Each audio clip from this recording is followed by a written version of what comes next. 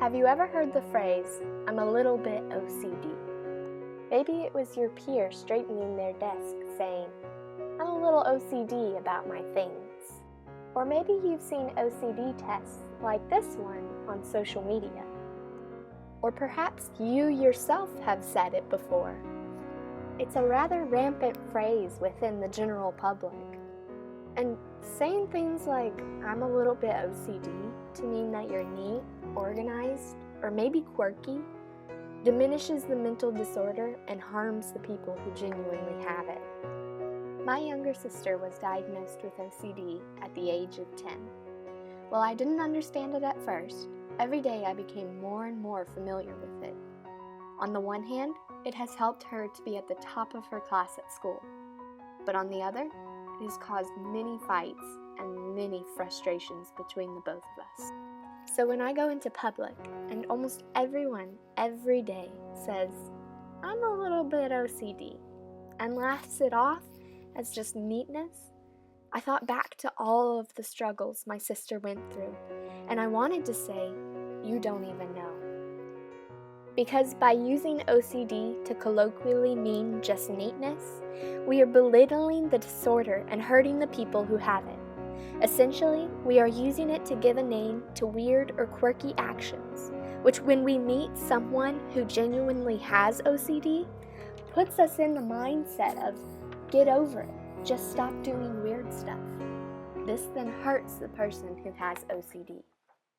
Seeing as how this phrase angered me, someone who doesn't have OCD, I decided to interview my sister, who does have OCD, and ask her how this phrase has affected her.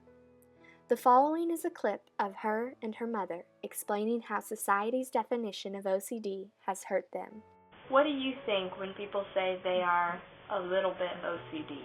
It makes me angry because I feel like, because I know I'm not the only one who struggles with this, and there's a ton of people who have more of a severe form. So I feel like they are just, they're just making it seem like, oh, OCD is so common. Oh, everyone has a little bit of it. It doesn't matter. And it's like, no, it does matter, and people are suffering from it day to day. There's people who've committed suicide because of it. And so I feel like they're belittling everyone, and it's just not right, because you wouldn't say that about someone who's autistic or schizophrenic who has their struggles, but people say that about other people with OCD. What do you think of society's definition of OCD? Society's definition of OCD is quite irritating to me because I watch my baby struggle or sometimes even suffer with this, and it's not ever funny or quirky or anything that I would brag about. How do you think this definition impacts people with OCD? They have to feel the same, if not more so irritated than I do. They're the ones living every second trying to change and conform, and then they have someone make light of that struggle, and that has to be frustrating, depressing even. What is it like to live with a person with OCD? Extreme anxiety and worry. I'm always asking myself, am I doing enough to give her the best possible outcome in life? And sometimes very frustrating when she's obsessing over irrational things and I don't understand, but yet I need her to complete something. I get frustrated, not necessarily at her, but at the OCD. If there was one thing you would like to tell people about OCD, what would it be? It's not funny or a joke ever. These silly little tests online to give a person bragging rights that their OCD is hurtful. You wouldn't brag about being bipolar or schizophrenic, so why would you brag about being OCD? Just say you're neat or organized or maybe quirky. Is there anything we haven't covered that you would like to mention? My daughter is not less than. She's not abnormal or someone who would be shied away from. Quite the opposite. Her brain just has a little glitch. She's incredibly smart, gifted, successful, And while OCD may be her speed bump in life, she will succeed like anyone else in life. It might just look a little different, but different is okay. Different brings about character and beauty. Now at this moment, you may be sitting like this, feeling like you've just been chastised. That's not at all what I want. I realize that the general public just has a lack of knowledge on OCD, and they're not trying to belittle them. If ignorance is the problem, then the solution is fairly simple. It's just a matter of education and reflection. Learn about what OCD actually is. Monitor your words and how they affect people. And then spread the word to end a little bit OCD. So then without further ado, what is OCD?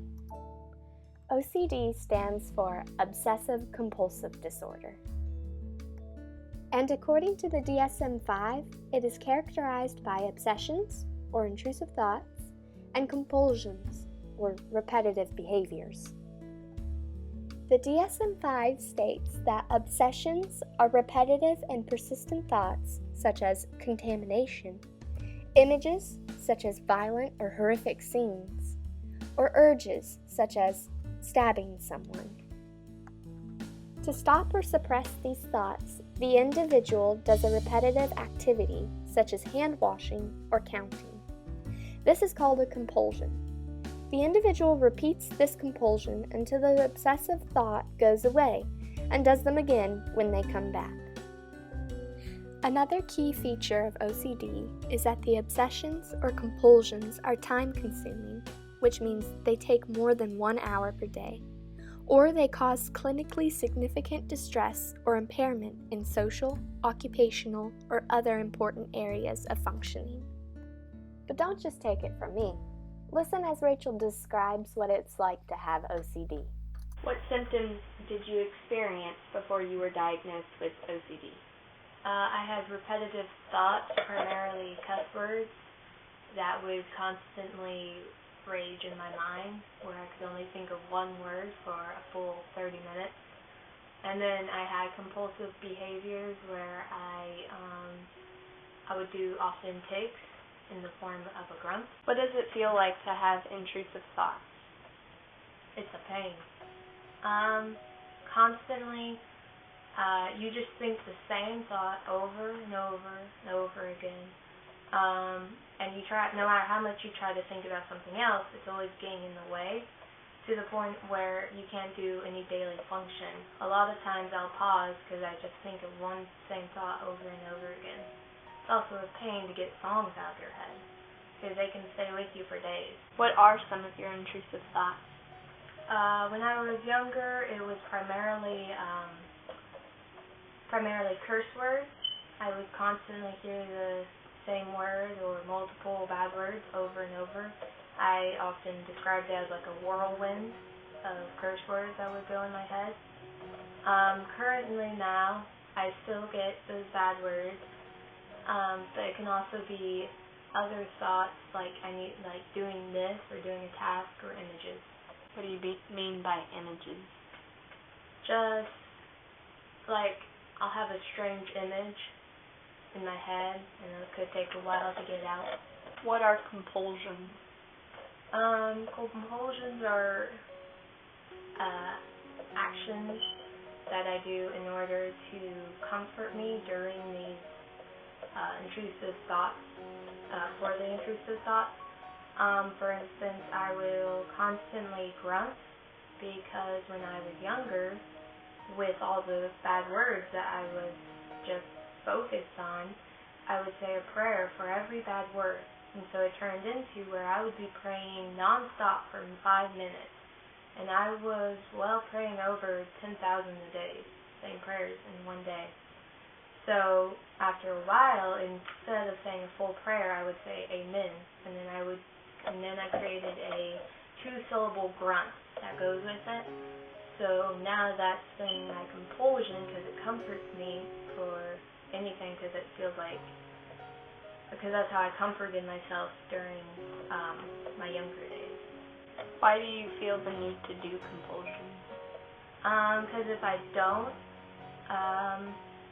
well then I just feel like I lost that sense of comfort.